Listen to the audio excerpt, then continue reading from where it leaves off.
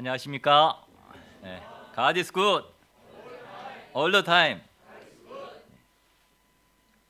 네, 오늘 말씀의 제목은 전도자 빌립입니다. 네. 여러분은 전도라는 말을 들을 때 어떤 마음이 드십니까? 와, 신난다, 너무 좋다, 이런 생각이 드십니까? 아니면 그런 분도 계시네. 아니면 갑자기 심령이 좀 이렇게 답답해지고 뭐가 얹힌 듯이 이렇게 참 부담이 오십니까?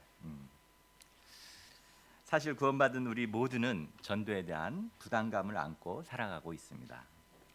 해야 한다는 것은 알지만 잘 할 수 없어서 마음이 늘 죄스럽고 고통이 있습니다. 저는 말할 것도 없는 자입니다. 이 말씀을 맡았을 때 하나님 왜 저를 시험하십니까? 이런 탄식이 저절로 흘러나왔습니다. 이 제목을 바꿔야 되나 이런 생각도 들었고, 이런 말씀은 우리 전도부장이신 우리 전마르코 목자님이나 우리 김비전 목자님이나 이렇게 전하셔야 할 것 같았습니다. 하지만 왜 나와 같은 자에게 이 말씀을 맡기셨을까 이렇게 기도하고 생각해 보니 모르긴 몰라도 많은 분들이 저와 같은 탄식을 하고 있고 빌립을 한번 잘 배워보라는 뜻이 있지 않을까 생각이 되었습니다. 저희가 오늘 말씀을 통해서 빌립을 잘 묵상하고 배움으로 영혼을 구원하는 이 역사 가운데 모두 쓰임받는 자들 될 수 있기를 기도합니다. 네. 오늘 요절 말씀 5절 6절인데요. 함께 읽고 제가 기도하고 시작하겠습니다. 시작. 우리가 빌립의 말도 듣고 행하는 표적도 보고 한 마음으로 그가 하는 말을 따르자. 주님 감사합니다. 또 오늘 이렇게 귀한 주일 주셔서 생명의 말씀 듣게 나오려 하시고 또 주님과 이렇게 교제할 수 있는 큰 은혜를 주셔서 감사합니다.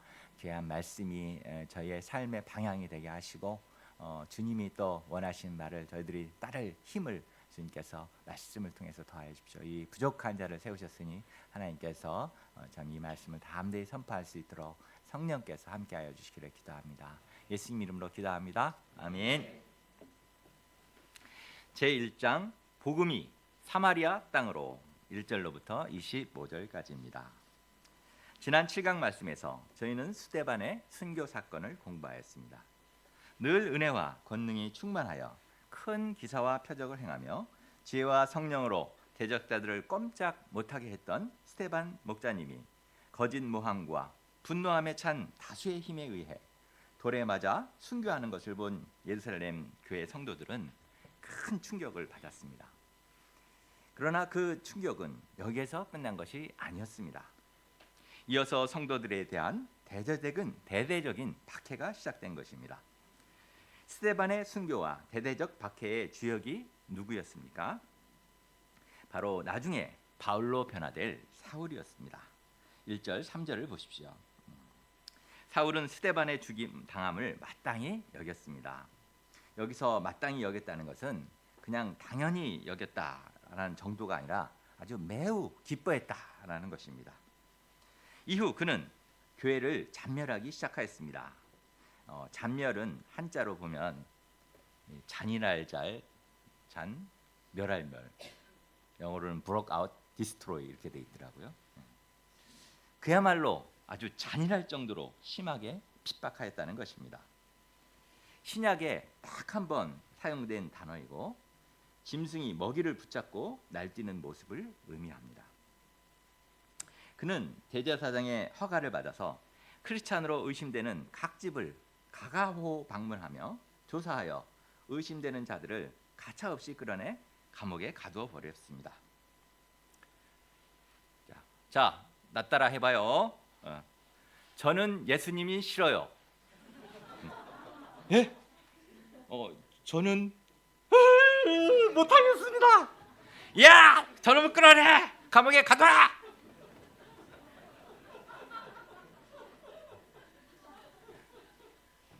그는 굶주린 사자처럼 이렇게 교회를 핍박하였습니다.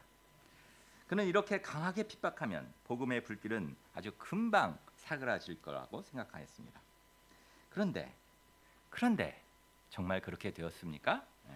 1절 하반절을 보십시오. 사람들은 바울의 핍박을 이기지 못하고 사도 외에는 다 유대와 사마리아 모든 땅으로 도망가고 흩어졌습니다. 흩어진다는 것은 헬라어로 디아스페로 이렇게 있는데요. 이 뜻은 디아스페로인데 이거는 씨앗을 뿌리다, 흩어지다 이런 뜻을 가지고 있습니다.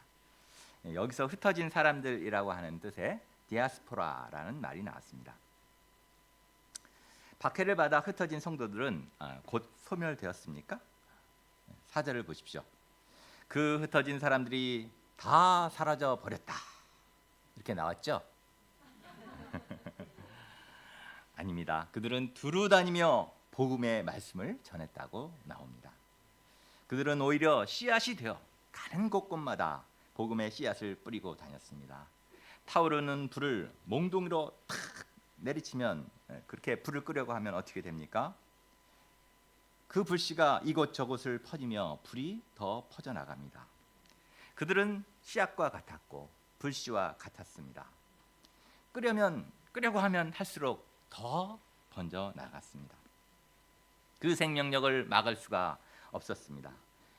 이것이 바로 하나님의 생명의 역사입니다. 카르타고의 터툴리아는 AD 197년 그의 변증서에서 다음같이 말했습니다. 우리를 십자가에 못 박으라. 우리를 고문하라. 우리를 저주하라. 우리를 멸하라. 너희들의 잔인함은 아무것도 이루어 놓을 수 없다. 우리가 베어버림을 당하면 당할수록 우리의 수는 그만큼 더 늘어난다. 순교자의 피는 교회의 씨가 되기 때문이다. 이는 또한 사도행전 1장 8절 말씀을 이루기 위한 하나님의 뜻이기도 하였습니다. 예수님은 부활 승천하시면서 오직 성령이 너희에게 임하시면 너희가 권능을 받고 예루살렘과 온 유대와 사마리아와 땅끝까지 이르러 내 증인이 되리라 말씀하셨습니다. 예수님의 말씀대로 그들에게 성령이 임하였고 그들은 권능을 받았습니다. 베드로와 요한 등 사도들이 정말 변화했고 복음은 예루살렘을 뒤흔들 정도였습니다. 예루살렘 교회는 성령 충만, 말씀 충만, 기도 충만, 사랑 충만, 은혜 충만 하여 종교 지도자들이 시기와 질투가 넘칠 지경이었습니다. 이렇게 은혜가 충만한 예루살렘 교회를 누구도 떠나려고 하지 않았습니다. 여기가 좋사오니 하며 머물고자 하였습니다. 그래서 복음은 예루살렘에만 머물러 있었습니다. 그러나 모진 박해와 핍박으로 성도들은 더 이상 예루살렘에 있을 수 없었고 복음은 주님의 말씀처럼 예루살렘을 넘어서 온 유대와 사마리아로 퍼져나가게 된 것입니다. 이렇게 핍박을 피해 도망간 사람 중에 하나가 바로 빌립이었습니다. 빌립은 어떤 사람이었습니까? 빌립은 12사도에 있는 그 빌립이 아닙니다. 그는 예루살렘 교회의 과부 문제 해결을 위해 스데반과 함께 택함받은 7명의 평신도 집사 중에 하나였습니다. 그래서 우리가 이제 집사 빌립 이렇게 부르죠.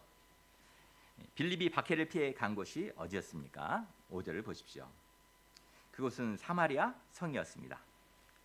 사마리아는 유대인들이라고 하면 사실 가기가 쉽지 않은 곳이었습니다. 사마리아는 원래 북이스라엘의 수도였습니다. 그런데 BC 720년 북이스라엘이 멸망한 후 아수르의 혼혈 정책으로 이민족들이 사마리아 땅에 이주하였습니다. 이로 인해서 이스라엘 사람들은 자연스럽게 그들과 결혼하고 피가 섞이면서 혼연일인이 되었고 이방 종교가 섞이면서 혼합 종교를 갖게 되었습니다. 이때부터 유대인들은 민족의 순수성을 잃은 이 사마리아 사람들을 이방인 취급하며 멸시하였습니다. 사마리아 사람들도 자신들을 멸시하는 유대인들을 원수처럼 여기며 서로 상종하지 않았습니다. 그러기를 무려 500년의 세월을 흘려보냈습니다. 빌립도 유대인이기에 이러한 박해가 없었다면 사마리아에 대한 선입견으로 이곳에 오지 않았을 것입니다. 이렇게 의지적인 노력만으로는 갈 수 없는 사마리아를 핍박 때문에 갔습니다. 그런데 막상 가보니 그곳 사람들은 그의 생각처럼 이상하지 않았습니다. 뿔 달고 있을 줄 알았는데 아주 순박하고 착하였고 그들과 생각과 마음도 비슷하였습니다. 그러나 그들의 내면 상태는 말할 수 없을 정도로 비참하였습니다. 우상이 지배한 이 땅, 오랫동안 하나님의 말씀이 없던 이곳에는 어둠과 귀신이 판을 치며 사람들을 사로잡고 있었습니다. 빌립은 이들의 목자 없는 양 같음을 볼 때 마음이 아프고 상하였습니다. 그들을 복음으로 도와야 한다는 이 강력한 성령의 음성을 듣게 되었습니다. 그래서 그는 여기에 조용히 숨어 지내지 않고 오히려 소리 높여 복음을 전하였습니다. 이는 박해 사건이 아니었다면 절대 일어날 수 없는 일이었습니다. 우리 삶에도 내 생각대로 내 삶이 풀렸다면 자발적으로 경험하지 않았을 사마리아가 있습니다. 그런데 거기에 하나님의 계획이 있습니다. 그것을 믿는 사람이 신자입니다. 창세기의 요셉은 일반적인 상황이었다면 애굽을 경험할 일이 전혀 없었을 것입니다. 그런데 형들의 시기와 배신으로 억울하게 애굽에서 노예로 죄수로 살아야만 했습니다. 나중에서야 그는 애굽이 자기가 반드시 먼저 와야 했을 것임을 깨닫고 감사하게 되었습니다. 다니엘도 소년의 몸으로 적국 바벨론으로 끌려왔습니다. 원치 않는 곳에서 원치 않는 방법으로 왔지만 그는 자기의 정체성을 갖고 자기의 삶을 살아갔습니다. 그곳에서 나에게 두신 하나님의 뜻을 찾고 살았을 때 그것이 하나님이 약속하신 땅임을 알게 되었습니다. 이처럼 때로 내 뜻대로 되지 않고 그것이 하나님의 뜻이라고 생각되지도 않는 일이 내게 벌어질 수 있습니다. 그 상황에서 우리는 어떻게 해야 합니까? 내가 바라는 상황과 조건이 올 때만을 기다려야 합니까? 그것을 기다리다가는 한 삽도 뜰 수 없을 것입니다. 우리는 내게 주신 그 상황이 하나님이 뜻 가운데 주신 것임을 받아들이고 이 가운데 하나님의 뜻 두신 길을 찾아가야 할 것입니다. 그것이 하나님이 원하시는 바요. 그런 사람을 통해서 하나님께서는 역사를 펼쳐 나가십니다. 이렇게 빌립이 복음을 전했을 때 어떤 일이 벌어지게 되었습니까? 전혀 예상하지 못한 반응이 나타나게 되었습니다. 6절 7절을 보십시오. 우상 숭배자들이라고 여겼던 사마리아 사람들이 빌립의 말을 아주 잘 듣는 것이었습니다. 병든 자에게 안수하니 병이 사라져 버렸습니다. 우상 숭배로 많은 사람들에게 붙어있던 그 더러운 귀신들도 그가 기도하자 크게 소리 지르며 떠나갔습니다. 많은 중풍병자들이 자리에서 일어나며 못 걷는 자들이 나와서 뜀박질하며 프레이즈 더 로드 이렇게 소리 질렀습니다. 예수님이 하셨던 복음의 능력이 사마리아 땅에서도 나타나게 된 것입니다. 사도행전 말씀은 흩어진 자들과 빌립으로 말미암는 사마리아 사역을 8절에서 그 성에 기쁨이 있더라라는 한마디로 정리하고 있습니다. 예루살렘에서 벌어진 박해와 흩어짐이 사마리아에서는 큰 기쁨으로 승화되었습니다. 1절에서 큰 박해가 결과적으로 큰 기쁨의 원인이 되었다는 것입니다. 우리도 빌립처럼 큰 어려움을 큰 기쁨의 원천으로 만드시는 주님을 삶 속에서 체험할 수 있기를 기도합니다. 내가 처하게 된 아픈 사마리아를 영접하고 오히려 그것이 복음으로 역전되는 그 기쁨을 체험할 수 있기를 기도합니다. 9절을 보십시오. 이 복음 역사가 그 성에 있던 마술사 시몬이라는 사람에게도 영향을 미쳤습니다. 그는 전부터 마술을 행하여 사마리아 사람을 놀라게 하며 자칭 큰 자라 하는 자였습니다. 낮은 사람부터 높은 사람까지 이 사람은 크다 일컫는 하나님의 능력이라 하면서 가시몬 이렇게 하며 따르던 자였습니다. 그런데 이런 시몬조차 빌립의 전도함을 듣고 믿고 세례를 받게 된 것입니다. 믿을 뿐 아니라 그때부터 빌립을 전심으로 따라다녔습니다. 그런데 겉으로는 신실해 보였던 그가 주목한 것이 무엇입니까? 그는 예수님과 복음에 관심을 갖고 집중하지 않았습니다. 13절 하반절을 보십시오. 그는 빌립에게 나타나는 표적과 그 능력에 집중하였습니다. 자기가 한 마술과는 비교도 되지 않는 그 복음의 능력을 보고 크게 놀랐습니다. 그는 빌립에게 이런 표적과 능력을 전수받을 기회를 호심탐탐 노리고 있었던 것 같습니다. 14절을 보십시오. 이 사마리아에서 일어난 전도 역사는 예루살렘 교회까지 소식이 전해지게 되었습니다. 그러자 예루살렘 교회는 베드로와 요한 사도를 보내어 이 일을 확인하고 빌립이 이루어 놓은 일에 대해 경고하게 하고자 하였습니다. 베드로와 요한이 사마리아에 와보니 과연 수많은 자들이 세례를 받았습니다. 믿고 세례를 받았습니다. 그런데 가만히 살펴보니 그들 중에 한 사람에게도 성령 내리신 일이 없었습니다. 이에 두 사도가 그들에게 안수 기도해 주매 그들이 성령을 받게 되었습니다. 이 사건이 바로 사마리아 오순절 사건입니다. 이렇게 불리는 것을 볼 때 이때 일어난 성령의 역사는 사도행전 2장에서 나타났던 그 오순절 성령 강림 사건과 비슷했을 것으로 보입니다. 두 사도가 사람들의 머리에 손을 얹고 안수 기도하자 성령이 강력하게 역사하였습니다. 어떤 자는 가슴을 치며 애통이 회개하였고, 어떤 자에게는 불이 내렸고, 어떤 자에게는 방언을 하게 하였고, 어떤 자는 아주 기뻐 춤추며 일어나는 역사가 일어났습니다. 놀라운 하나님의 능력의 역사가 사마리아에서도 동일하게 임하였던 것입니다. 사실 요한 사도는 과거 사마리아 사람들이 예수님과 자신들을 받아들이지 않자 주여 우리가 불을 명하여 하늘로부터 내려 저들을 멸하라 하기를 원하시나이까 이렇게 아주 사마리아를 미워하고 저주하던 자였습니다. 그러나 이 성령 강림 사건을 통해서 사마리아인도 하나님께서 사랑하시고 똑같이 하나님 자녀 삼으셨다는 것을 알게 되었고 그 스스로 증인이 되었습니다. 예루살렘 교회도 이 두 사도를 통해 일어난 역사로 말미암아 그동안 가졌었던 모든 선입견을 떨쳐버리고 사마리아 교회를 정식으로 인정하게 되었습니다. 그런데 이때 두 눈을 크게 뜨고 이 역사를 신기하게 바라보는 사람이 있었습니다. 그는 바로 시몬이었습니다. 그는 빌립을 따를 때부터 예수 그리스도에 집중하지 않았습니다. 그는 복음 역사의 결과로 나타나는 그 현상에 놀라고 그것과 자기의 유익을 연결시킬 궁리를 하고 있었습니다. 그는 그동안 빌립이 대단한 줄 알고 따라다녔습니다. 그런데 지금 보니 더 큰 고수가 나타났습니다. 그는 사도들이 손을 얹어서 성령을 받게 하는 것을 보고 정말 눈이 튀어나올 지경이 되었습니다. 큰 탐욕이 일어났습니다. 그도 이런 능력을 갖게 된다면 전보다 더 많은 사람들이 그를 따를 것이라고 생각하였습니다. 그렇다면 떼돈을 벌게 될 것이고 또 존경을 받을 것이라 생각하였습니다. 그러자 그는 머리를 굴려 사도들을 으슥한 곳으로 불러냈습니다. 베드로 사도님, 잠깐만. 제가 단도직입적으로 말하겠습니다. 이 권능을 내게도 주어 누구든지 내가 안수하는 사람은 성령을 받게 해주세요. 짭짤하게 쳐줄게요.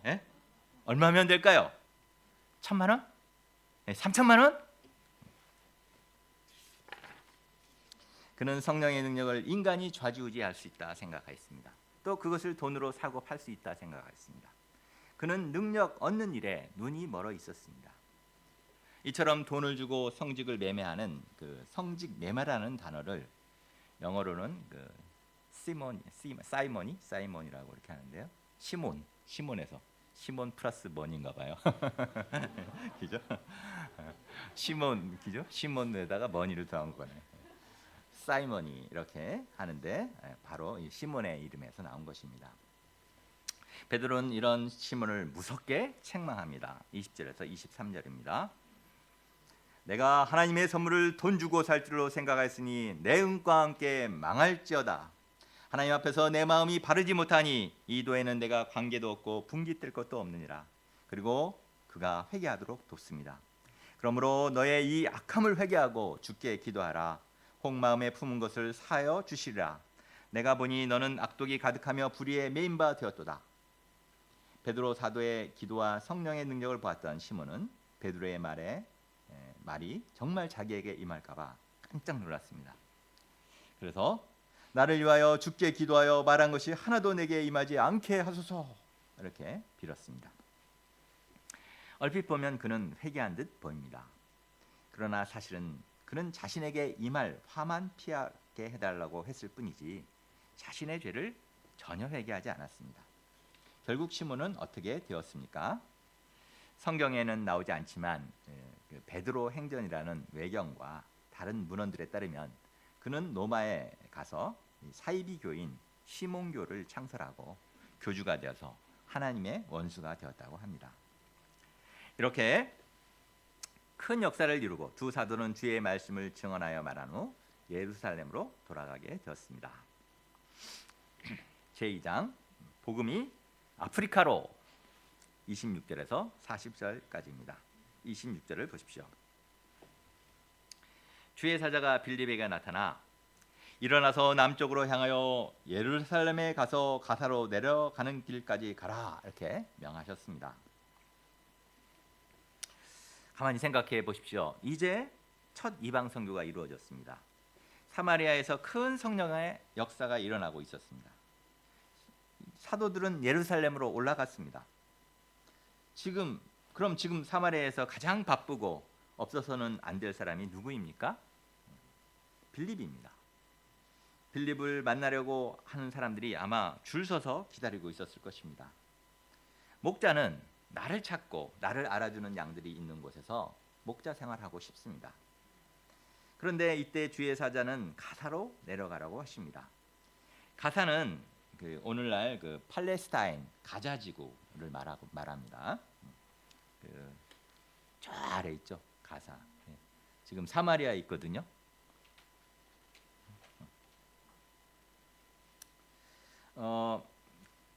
사마리아에서 무려 130km나 떨어져 있는 곳입니다. 이런 명령을 들을 때 이해가 가십니까?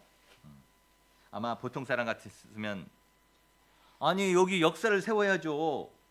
저 말고 저기 예루살렘 가까이 있잖아요. 예루살렘에 있는 그 사도들을 보내세요. 왜 접니까? 거기는 또 광야라 사람도 안 산다고요. 여기는 또 광야거든요. 대단히고 가다 가는 길이 광야입니다. 하며 따질 수 있었습니다. 그런데 그는 그렇게 하지 않았습니다. 오히려 즉시 성령의 명령에 순종하였습니다. 그는 자기 생각을 주장하지 않았습니다. 자기 생각은 하나님의 역사를 방해합니다. 자기 생각이 많을 때 우리는 성령의 역사를 방해하고 거스릅니다. 자기 생각이 많을 때 현실을 따지며 이유를 따지고 듭니다. 팔다리를 움직여 순종할 수가 없게 됩니다. 그러나 그는 성령의 소리에 민감했고 성령의 소리에 자기 생각과 계획을 버리고 즉시 순종하는 종이었습니다. 27절을 보십시오. 그는 가사로 내려갔습니다. 아니나 다를까 거기는 광야였습니다. 사람은 잘 보이지도 않았습니다. 하지만 그는 기대감을 가지고 기도하며 주위를 둘러봤습니다. 그때였습니다. 어디에선가 말발굽 소리와 수레 소리가 들려왔습니다. 또 성경 읽는 소리가 들려왔습니다. 가만히 다가가 보니 흑인 무사들이 최고급 리무진 수레를 호위하고 있었습니다. 그리고 한 흑인이 그 수레 위에 앉아서 성경을 읽고 있었습니다. 그는 누구였을까요? 그는 에티오피아 여왕 간다게의 모든 국고를 맡은 관리인 넷이었습니다. 즉 오늘날로 친다면 그는 에티오피아 기재부 장관쯤 되는 고위 관료였습니다. 그런데 그가 왜 여기 나타난 것입니까? 27절을 보니 그는 예배하러 예루살렘에 왔다가 돌아가는 길이었습니다. 와, 에티오피아의 흑인 관료가 저게 한 2,500km 되더라고요. 쫙 그거 보니까 2,500km가 넘는 예루살렘에 예배하러 왔다가 다시 고국으로 돌아간다는 것이 놀랍습니다. 그가 어떻게 예배하러 왔을까요? 유대인들은 솔로몬 시대부터 시바 여왕과 교류하는 등 에티오피아와 관계성을 맺고 살았습니다. 또 당시 유대인들은 애굽 너머까지 흩어져 살고 있었습니다. 그러므로 그는 흑인 유대인의 후손이나 유대교로 개종한 사람으로 추정됩니다. 그는 이렇게 먼 길을 와서 예배를 드릴 만큼 하나님을 경외하는 사람이었습니다. 또 돌아갈 때 수레 위에서 성경을 읽을 만큼 영적 소원도 많은 자였습니다. 그러나 그가 큰 맘 먹고 구원에 대한 열망으로 이스라엘에 와서 예배드리고자 했지만 이방인이요 내시로서 유대인 총회에 참여할 수가 없었고 성전에 들어갈 수도 없었습니다. 그는 그저 아웃사이더로 멀리서 성전을 바라보며 기도했을 것입니다. 아쉬운 마음과 진리에 대한 강렬한 소원으로 당시에는 고가였던 그 성경을 읽었지만 도저히 이해할 수 없었습니다. 이런 그는 무거운 마음으로 다시 고국으로 돌아가고 있었던 것입니다. 하지만 하나님은 영적 소원을 가진 한 사람을 귀하게 여기셨습니다. 그래서 그를 위해 빌립을 보내신 것입니다. 예레미야서 29장 13절은 말합니다. 너희가 온 마음으로 나를 구하면 나를 찾을 것이요 나를 만나리라. 성령께서는 빌립더러 이 수레로 가까이 나가라고 명하셨습니다. 빌립은 지치 않고 달려가는 수레를 따라잡으려 뛰어가며 묻습니다. 저기요, 저기, 읽는 거 깨닫습니까? 성경을 읽고 있던 에디오피아 내시는 갑자기 나타나 묻는 빌립을 깜짝 놀라서 쳐다보았습니다. 그러나 답답한 심정으로 대답하였습니다. 지도해 주는 사람이 없으니 어찌 깨달을 수 있느냐? 그러면서 빌립을 청하여 수레에 올라앉게 하였습니다. 졸지에 광야에서 수레 1대1을 하게 되었습니다. 그는 에디오피아 당시 악숨 제국의 재무부 장관을 할 정도의 지성인이었습니다. 하늘을 나는 새도 떨어뜨릴 만큼 권력자였습니다.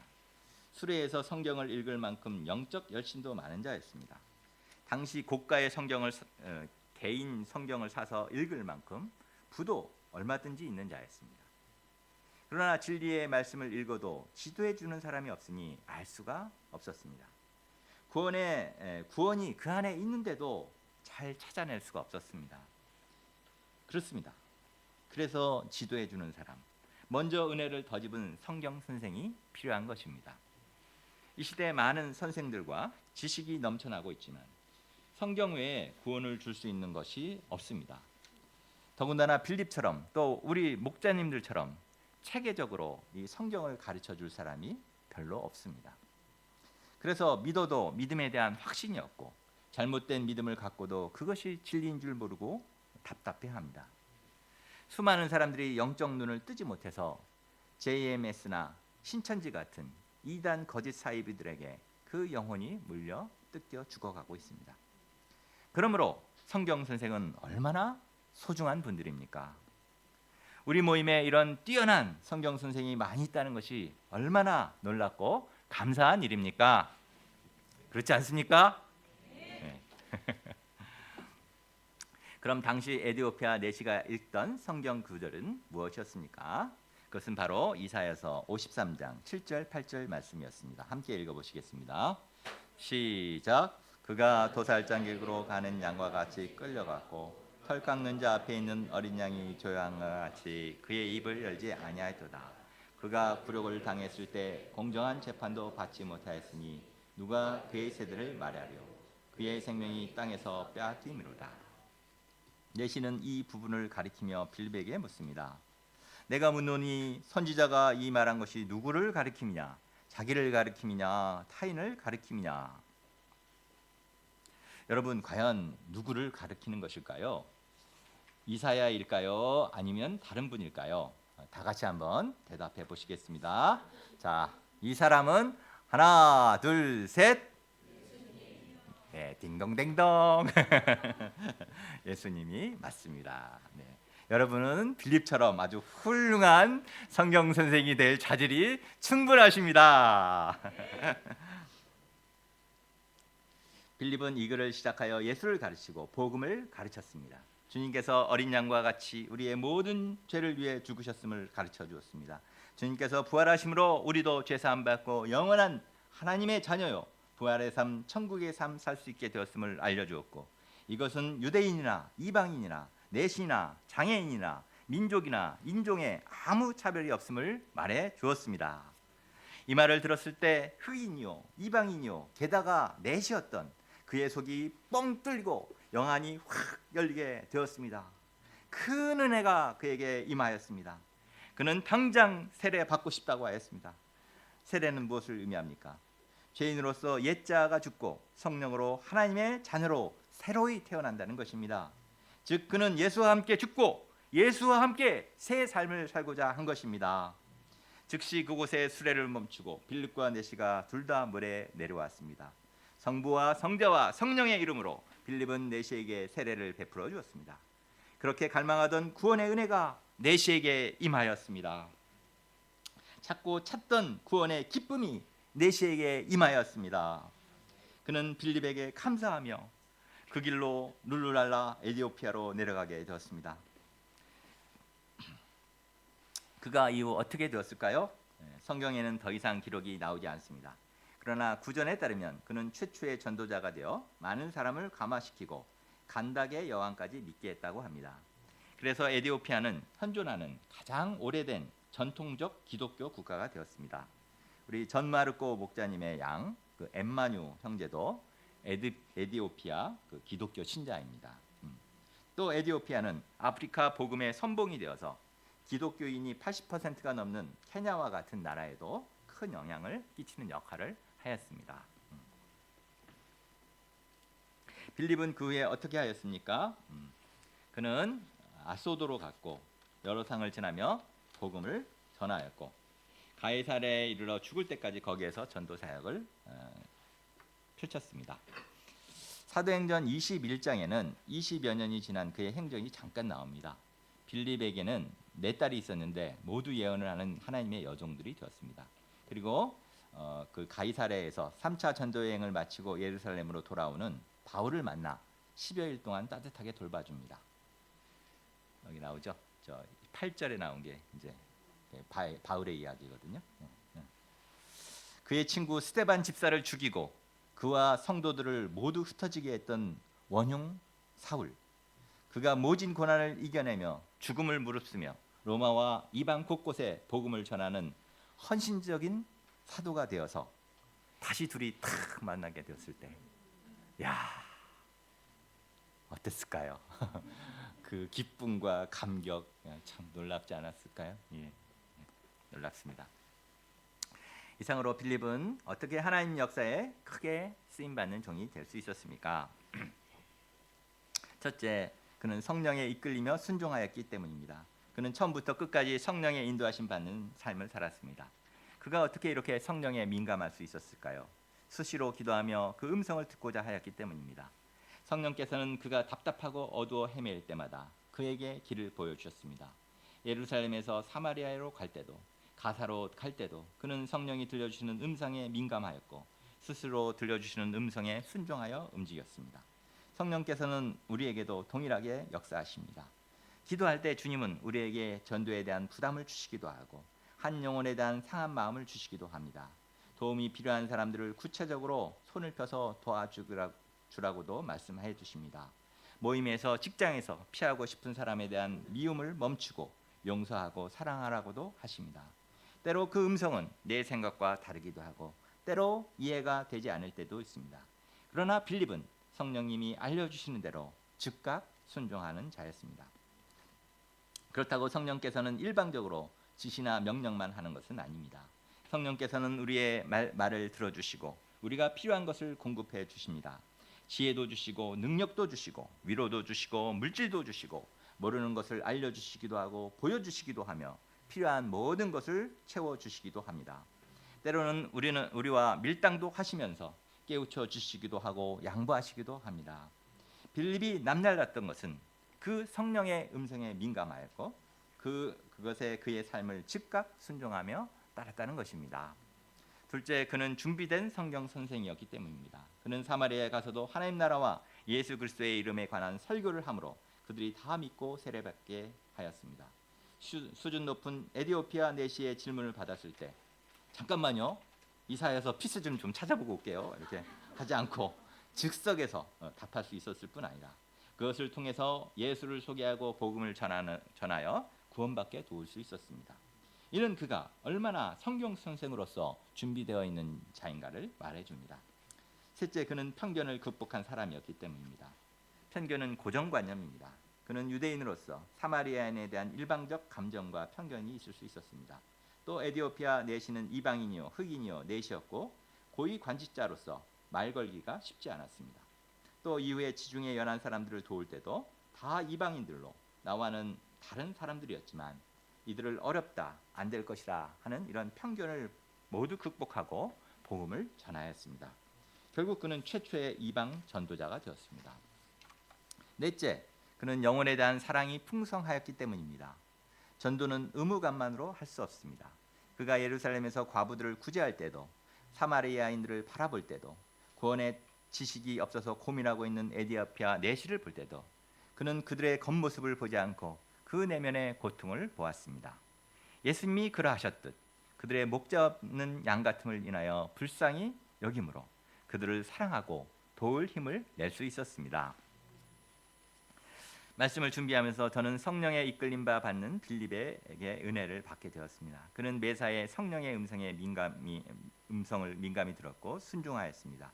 그랬을 때 자기를 이기고 하나님의 일도 넉넉히 감당할 수 있었습니다.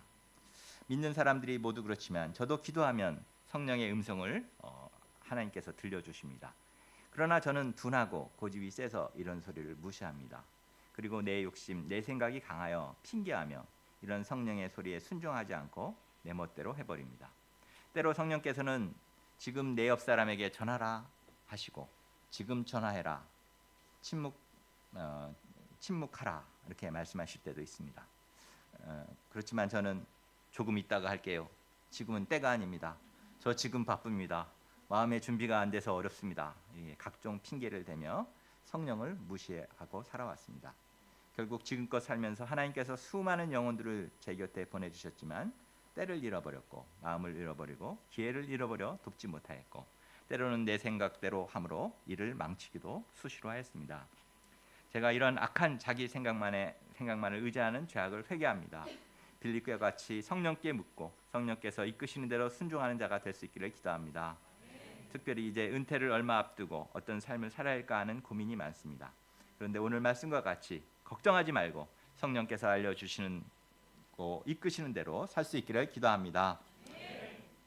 성령의 음성에 민감히 기울이며 준비된 말씀의 종이 되면 하나님께서 부족한 저라도 귀하게 쓰시리라 믿습니다.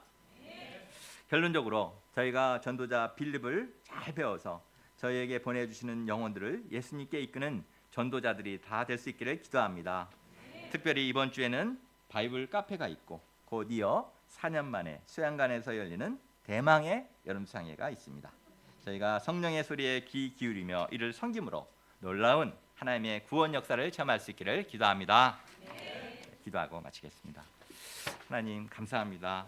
정말 전도자 빌립이 정말 참 그의 능력과 그의 참 자신을 생각할 때는 부족하였지만 성령에 귀 기울고 정말 성령의